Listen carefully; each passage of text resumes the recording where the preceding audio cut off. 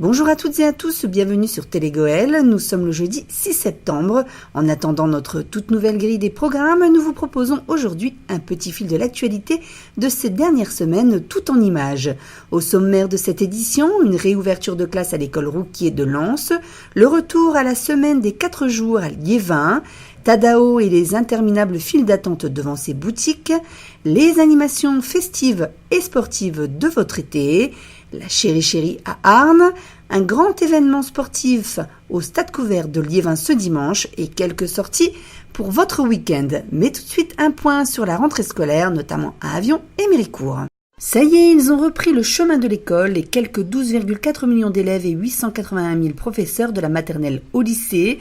Des nouveautés cette année, l'interdiction des téléphones portables dans les écoles et les collèges, des tests d'évaluation nationaux renforcés au CP en CE1, en 6e et en seconde, le lancement du plan mercredi pour pallier au retour à la semaine des 4 jours, dont vous verrez un reportage sur les accueils de loisirs à Liévin, la poursuite du dédoublement des classes dans les quartiers REP et de nouveaux aménagements en dictée, calcul ou encore éducation civique. Ici à Avion, ce sont plus de 3000 élèves, 2000 pour les écoles, 1000 pour les collèges et 400 pour les lycées qui ont été accueillis dans les établissements de la ville.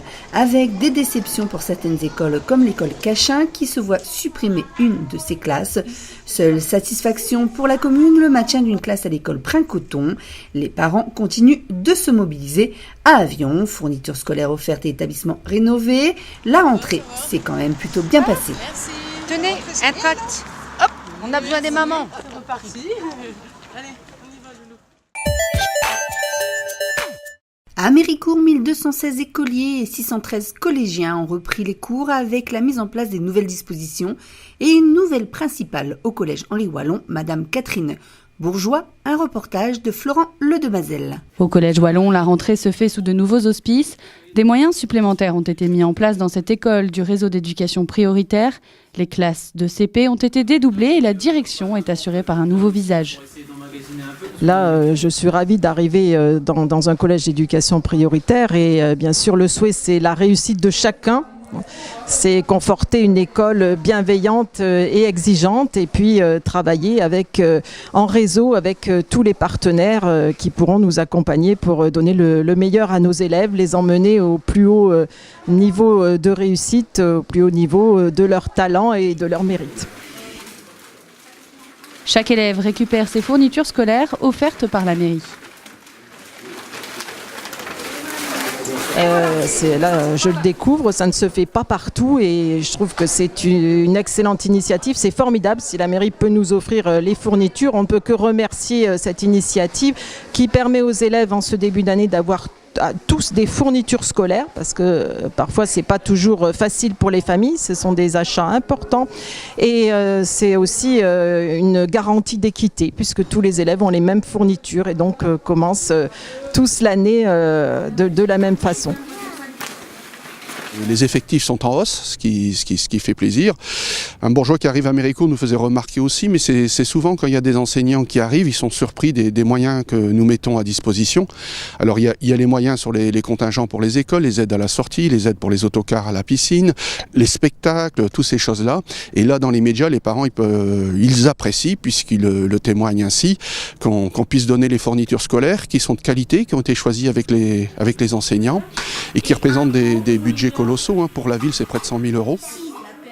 Le seul souci que j'ai dans cette rentrée qui se passe bien, et quand je vois le témoignage et des enseignants et des parents, c'est que la municipalité puisse continuer d'accompagner dans ce sens-là, parce que la politique actuelle nationale, c'est plutôt des restrictions budgétaires permanentes.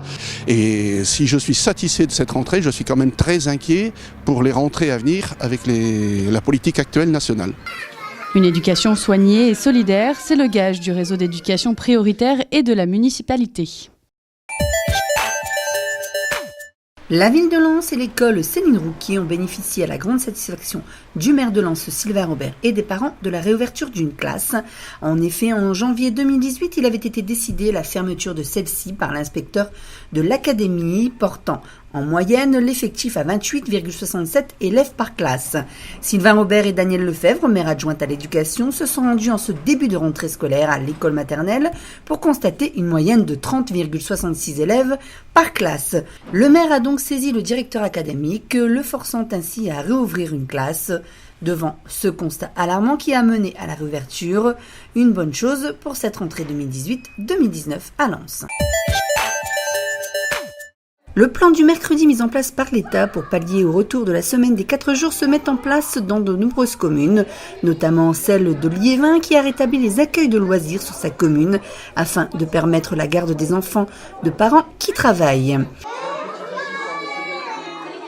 La population liévinoise, plus exactement les parents d'élèves, les enseignants et les D2N ont voté pour un retour aux 4 jours. Mais une des conséquences de ce retour aux 4 jours, c'est qu'effectivement le mercredi est désormais une journée où il n'y a pas d'école. Où place-t-on l'enfant ? Parce que parfois certains d'entre eux n'ont pas de solution dans la famille et donc il faut effectivement trouver une solution institutionnelle. Et donc j'ai souhaité effectivement avec mon conseil municipal mettre en place 2 lieux d'accueil qui fonctionnent de 7h du matin jusqu'à 19h le soir pour les parents qui travaillent et qui ont à placer leurs enfants. Donc une des structures se trouve effectivement au sud de la commune, sur le secteur du Val de Souchet, et une autre sur le secteur nord de la commune, de manière à bien équilibrer les choses. Et nous sommes sur cette structure, c'est-à-dire dans le quartier des Marichelles. Et j'ai pu voir que les enfants, effectivement, avaient passé une excellente journée. Papa et maman. Je suis venu voir si vous vous amusez bien. Alors là, à ce jour, on ouvre qu'aux Liévinois par rapport au nombre de places. Je rappelle que c'est un nombre de places qui est de 168 pour la ville complète. La tarification, on est sur du 9 € la journée, là sur l'accueil de loisirs. Et on a aussi la garderie du matin et la garderie du soir, c'est 1,30 € par séance. Là, on a une équipe d'encadrement, donc on a donc Angélique qui est directrice, qui travaille avec ses équipes et qui donc ils mettent en place des activités, que ce soit culturelles, sportives, etc. Et là, l'avantage, c'est qu'on a pu aussi s'appuyer sur les associations du quartier, mais aussi de la ville, pour pouvoir élargir cette gamme d'activités qui est proposée. Moi, personnellement, ça m'arrange parce que je peux les déposer le matin, les reprendre au soir, tandis qu'en cas de journée coupée, c'est moins évident pour le travail. Ce sont des moyens financiers et humains importants développés par la ville de Liévin, mais c'est un service public que l'on se doit de rendre à la population. Nous le faisons et j'ai vu des parents heureux et j'ai surtout vu des enfants très heureux. Grosse affluence dans les boutiques Tadao de l'agglomération de Lens-Liévin depuis quelques jours où les gens font la queue sur les trottoirs. Mais que se passe-t-il dans ces points de vente ? On écoute Benoît Descamps, le responsable communication du syndicat mixte des transports Artois Goël. Ça se voit sur tous les réseaux de transport où effectivement fin août, début septembre, c'est la cohue pour récupérer son titre de transport. Cette année, c'est amplifié par le phénomène de dématérialisation et de changement complet des titres de transport. On a quelques 24 000 élèves qui sont concernés par la carte scolaire, à qui on a demandé de faire les démarches en ligne exclusivement et de ne pas se rendre en boutique. Donc on voudrait simplement rappeler que celles et ceux qui sont titulaires d'une carte Tadao avec un abonnement valide dessus peuvent continuer à l'utiliser. Et si effectivement on change la billettique cette année pour passer à la carte Passe-Passe, donc le fait de passer à cette carte Passe-Passe, on avait priorisé les quelques 5 à 6 000 scolaires qui rentrent dans le réseau pour la première fois, qui n'ont pas de titre de transport, donc qui sont généralement des élèves de 6e ou des élèves de seconde. Mais on s'est rendu compte que ceux qui avaient déjà une carte viennent quand même en boutique chercher leur nouvelle carte, alors qu'on les attendait un petit peu plus tard dans l'année.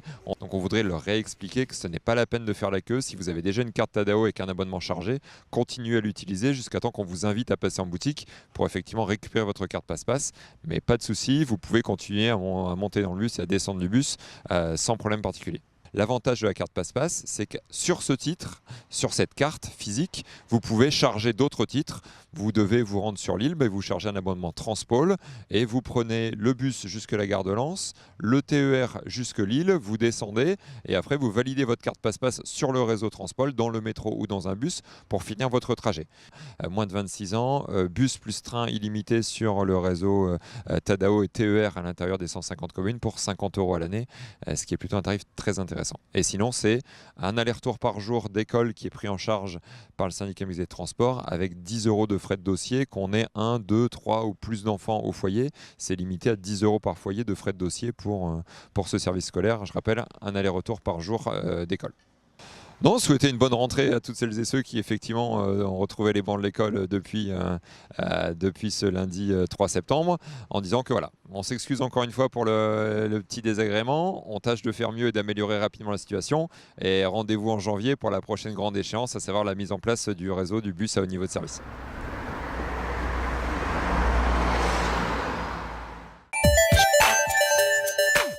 Pas besoin de bus ou train cet été pour voyager. À Lens, Bully-les-Mines, Souchet ou encore Arnes, les festivités de ces dernières semaines étaient dépaysantes. Voici un petit retour sur votre été, des images de vos correspondants Laurent Lamas, Céline Lépillet, Stéphane Dodo et Anthony Vermus.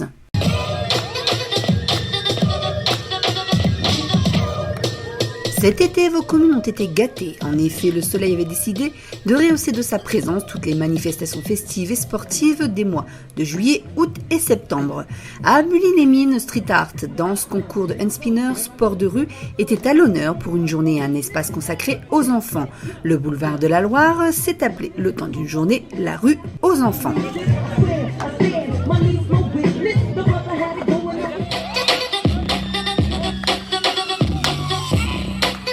À Lens, en août, c'est la rue de la Paix qui avait pris des airs de rue andalouse avec le festival Salsa Latino, 4e édition, qui s'est déroulé à la salle Jean Nouin, la Banque de France et devant les commerçants de la rue de la Paix avec de nombreux danseurs professionnels venus du monde entier pour réaliser quelques pas de danse en votre compagnie, salsa, bachata, reggaeton ou autre danse latine. Il fallait juste s'installer sur les cours et profiter du sympathique plafond de ballon de la rue de la Paix. Le festival s'est terminé par un concert du groupe Casa de Pépé que vous retrouverez en intégralité dans quelques mois sur Télégoël.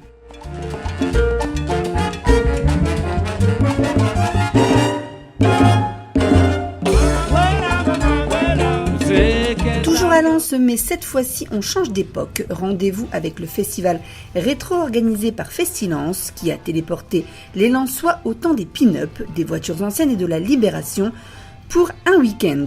Accompagnés par le soleil, les visiteurs ont posé aux côtés de superbes voitures de collection et toutes les places de la ville résonnaient au son des groupes de musique invités pour l'occasion. Un centenaire de la fête de la Libération à Lens célébré en musique comme à Arnes, où Philippe Duquesnoy, maire de Arnes, est allé déposer des germes de fleurs au pied du monument aux morts, accompagné par le Scooter Club et l'harmonie municipale.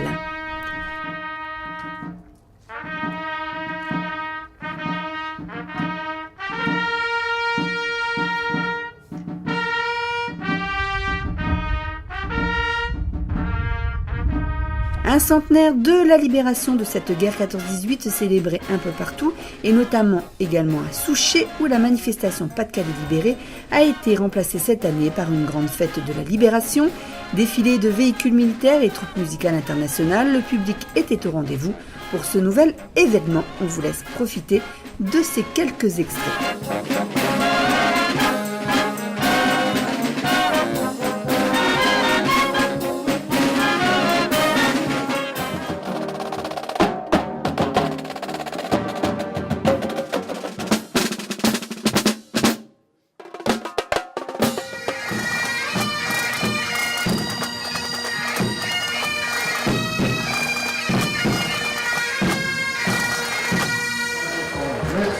Et à l'année prochaine, vraiment je veux dire merci.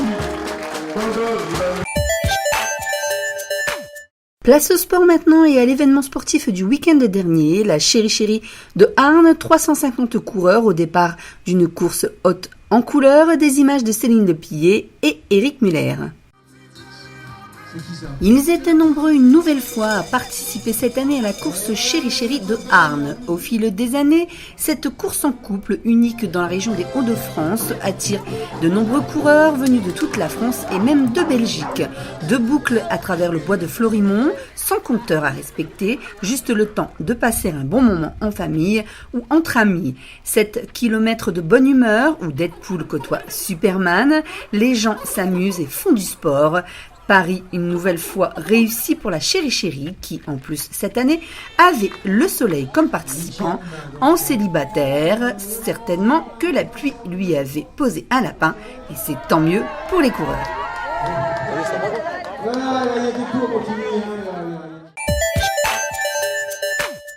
Si vous n'étiez pas à la chérie, vous aurez de quoi vous mettre ce week-end en forme à Liévin, au Stade Couvert. Rendez-vous au Salon Fitzen dimanche 9 septembre, un reportage de David. Alors une rentrée basée sur le bien-être, salle Arena au Stade Couvert régional de Liévin le dimanche 9 septembre de 9h à 20h. Aventure Fitzen, une journée consacrée au bien-être, aux activités du bien-être, du fitness et également des disciplines associées qui tournent autour du mieux-être et du bien-être avec des cours géants, des cours de fitness, des cours de strong, de body combat, de LIA, d'aérodance, mais également des cours de pilates, de capoeira, de tai chi, de qigong, de yoga, de relaxation et de méditation toute la journée à choisir en fonction de vos besoins, vos envies. Également des cours plus intimistes, plus basés sur le zen, la zen attitude, donc de la sophrologie, du yoga thérapie, différence entre yoga et yoga thérapie. On aura également des conférences sur le yoga, conférences sur le qigong, l'énergétique chinoise, sur la voie du qigong, la sophrologie, également sur et si on arrêtait de trop penser, quoi faire, quoi défaire, stress et anxiété. On aura également l'occasion de découvrir pour la jeunesse un parcours crossfit niveau débutant, parcours moteur, et puis free move dance, des danses, donc tout un espace consacré à la jeunesse. Il y aura également l'occasion de se restaurer sur place. Il y aura aussi dans les entrecours en fait, des sets DJ, où on aura l'occasion aussi, également de s'éclater sur de la musique qui nous prendra les tripes et qui nous portera en énergie. On aura toutes sortes d'animations qui pourront effectivement nous donner l'occasion de passer un dimanche festif dans la bonne humeur et puis en énergie. On a beaucoup de gens qui nous suivent, effectivement, de gens et de structures. La ville de Liévin, l'agglomération, Lens-Liévin également. Et un clin d'œil particulier pour le cluster Vivalais, effectivement, qui nous soutient dans la création de ce premier événement régional qui a pour but effectivement de donner naissance à ce qui va devenir un salon régional du bien-être, des disciplines associées ici dans les Hauts-de-France dans cette superbe salle, dans ce super complexe qui est la salle Arena au Stade Couvert régional de Liévin. Donc on remercie beaucoup aussi tous les gens qui nous suivent et aussi tous les stands qui nous ont fait confiance, qui nous font confiance pour lancer ce grand événement. Alors cette manifestation s'adresse à tous, grands comme jeunes, débutants comme confirmés. L'idée, c'est effectivement de se rencontrer autour d'un événement basé sur le bien-être, sur la joie, sur le partage, qui va permettre soit de pratiquer, de repratiquer, de redécouvrir ou de s'exercer, si on est déjà pratiquant, aux disciplines. L'objectif n'est pas de proposer des cours haut niveau. Toutes les disciplines qu'on va proposer n'ont pas la prétention d'être compétitives ou de ramener du haut niveau. Non, c'est plutôt l'occasion de donner un clin d'œil à soi-même et autour de soi pour se dire que finalement, prendre soin de soi, c'est dès à présent, dès maintenant, c'est le dimanche 9 septembre, salle Arena au Stade Couvert régional de Liévin. Ça peut être le point de départ ou bien la continuité effectivement d'un chemin qu'on prend, qu'on arpente pour vraiment se préoccuper de soi, et de soi pas dans le sens égoïsme, mais dans le sens effectivement préoccupation de soi pour mieux fonctionner soi-même et pour mieux fonctionner soi-même par rapport aux autres également. Donc venez nombreux, on vous attend sous la joie, sous le dynamisme, la bonne humeur, sur la relaxation et encore une fois sur le bien-être à partager ensemble. Fitzen au Stade Couvert de Liévin, mais du sport aussi en centre-ville. Le forum des associations de Liévin aura lieu ce samedi 8 septembre de 10h à 21h au jardin public rue du 4 septembre. Une soixantaine d'exposants seront au rendez-vous. Ce forum est totalement gratuit. Ce week-end également, la fête du livre jeunesse et polar fait son grand retour pour sa 5e édition.